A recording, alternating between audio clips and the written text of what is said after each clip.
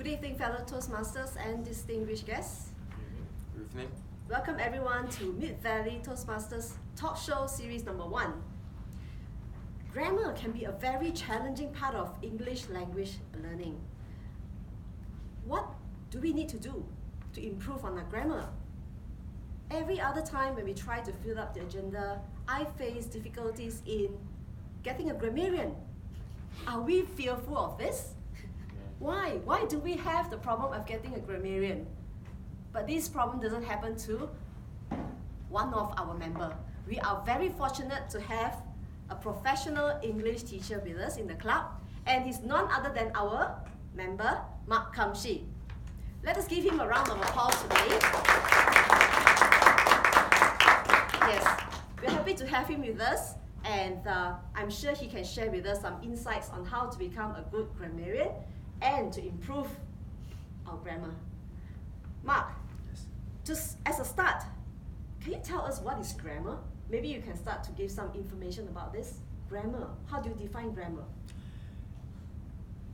How I will define the word grammar would be when I will put it in the context of a language. Grammar, the word grammar and language, they are synonymous with each other. A language is a means of allowing us to be able to communicate with other people in various ways, whether it could be by signs, in a written form, or through a verbal manner. So how does grammar actually come in? If you look at a language, it will have its own system. It starts with spelling. From spelling, you will be able to know the meaning of the words that are being communicated.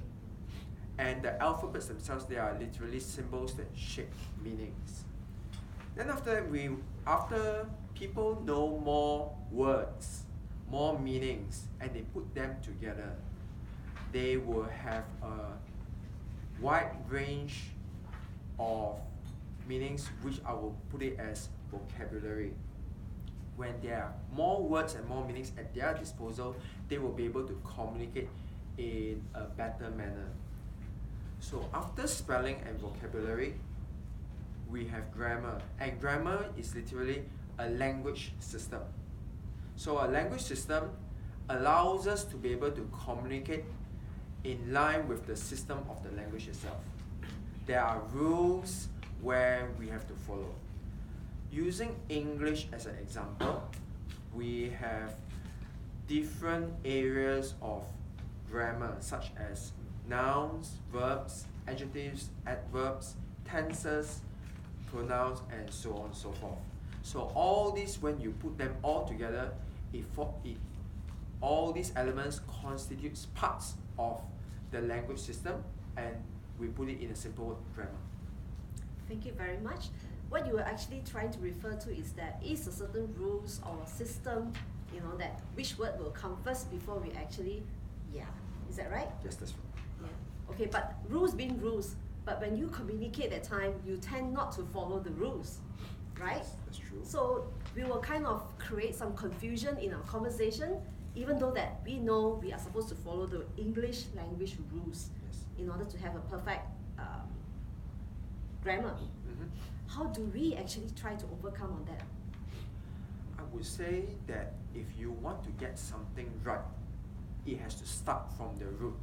You cannot look at just the symptoms, the causes of poor language use. Let's use English in this case as an example.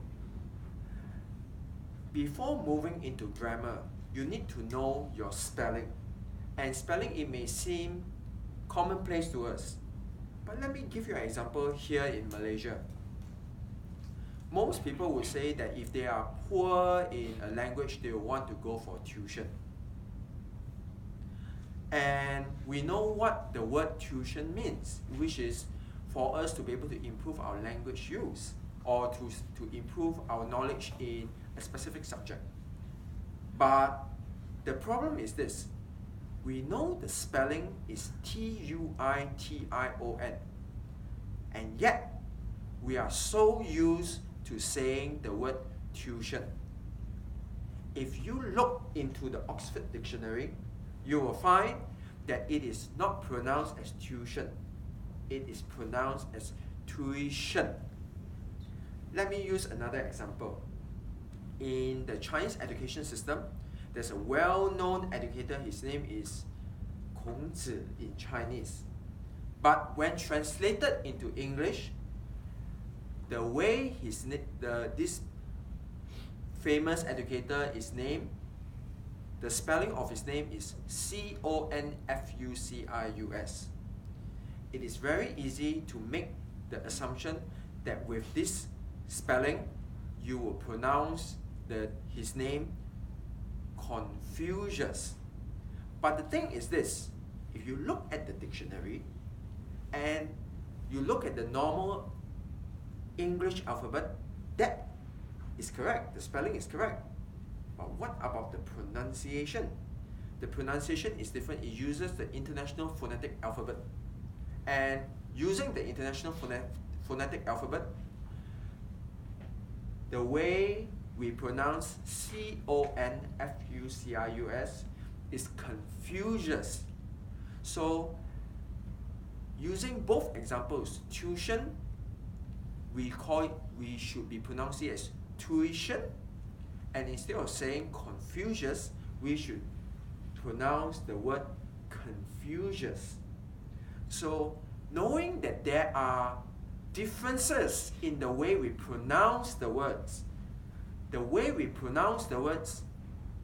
if we do it wrongly, the meaning would change.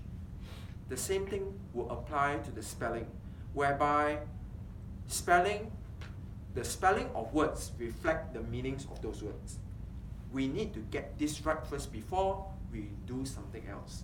Once we know, we get our basics right in spelling, then we move on to vocabulary, where we know more words, more meanings.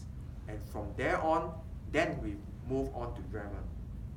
You are asking, what do we need to know about grammar? How do we get that right? The simple way is we need to know the rules. We need to know what word stands for what in respect of the application of rules. For example, what are nouns? What are verbs? Adjectives, adverbs. And perhaps maybe I could go into common things like words where you can use their forms, singular and plural forms, and at the same time look into the tenses. Let me cite an example. Everyone are observing this conversation. But the thing is this sentence is written wrongly. It should be everyone is observing this conversation. It may seem quite simple. We know what is right. We do not know why is it right or why is it wrong. Why should it be everyone is, not everyone are? Because everyone, the word everyone, is applicable to masses, is infinitive. So infinitives are supposed to be singular. And if words that are infinitives, they are used in singular form, of course you have to follow up with singular terms. So when you know the rules, it helps. Let me cite another example, which is a common mistake for most people. We know what are tenses: present, past, future tenses. We know that there is a sequence of time when we communicate. But the thing is, do we really know when to apply those rules? We know if, let's say, we are speaking now, it's present. But let me cite an example where you can use past tense and past participle in the same sentence. He cried when he heard that his friend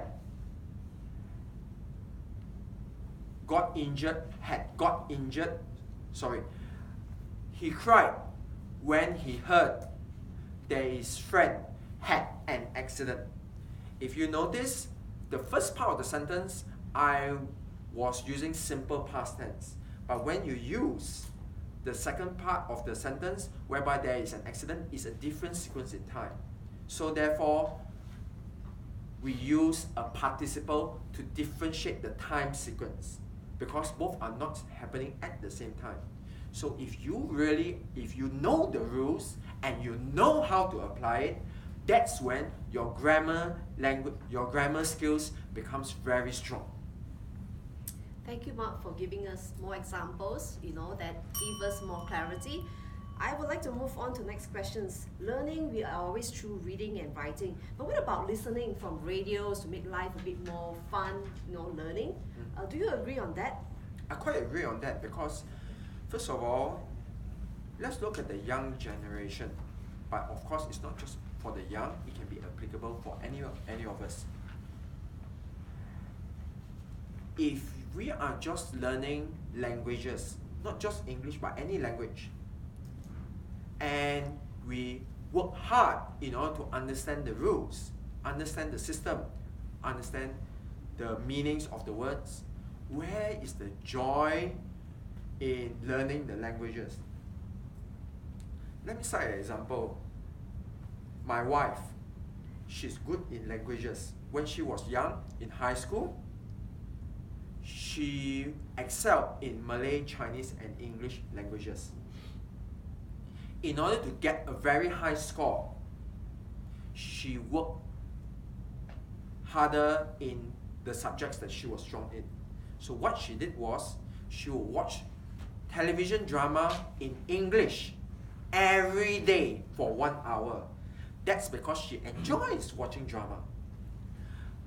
Her brother likes basketball. So, in order to improve his language skills and his basketball playing skills, he would watch NBA basketball shows. So, he would do something that he would enjoy. So, where listening is concerned, or any method of learning a language is concerned, you need to do something that you enjoy. When you do something that you are enjoying, then learning a language becomes much easier. I totally agree with you. What you meant is that we should actually find a channel that you have got interest in so that you can absorb to the maximum level, right? Yes, that's I do come across people where they go for movies and they bring a notepad with them or anything. If they find any sentence that is interesting to them that they want to adopt in, they do so. This is also one way where you can learn, right? Rather than just traditional way of reading a book or writing, yeah? Thank you so much on your sharing. And one last question. I would also like to know, what should we do if, let's say, we make a grammatical mistake? Then it would depend on the situation. Most of the time, if it was in an informal setting, we can recollect what we had said and then make corrections on the spot. However, if we are in a setting like a speech competition, I would say be a bit smart about this. Just make a minor correction at the areas where you have spoken wrongly and then move on. Don't recollect too far behind to the point that the error would be so obvious. When something like this happens, then it should be alright. Point taken, and this I hope is beneficial to those who are going for the ISST contest, which is next week, right? Do take note of that. This week. Yeah, this week, sorry, to get it right. I hope you have got a good session and you have benefited a lot from what Mark has shared. Thank you so much and stay tuned. Thank you.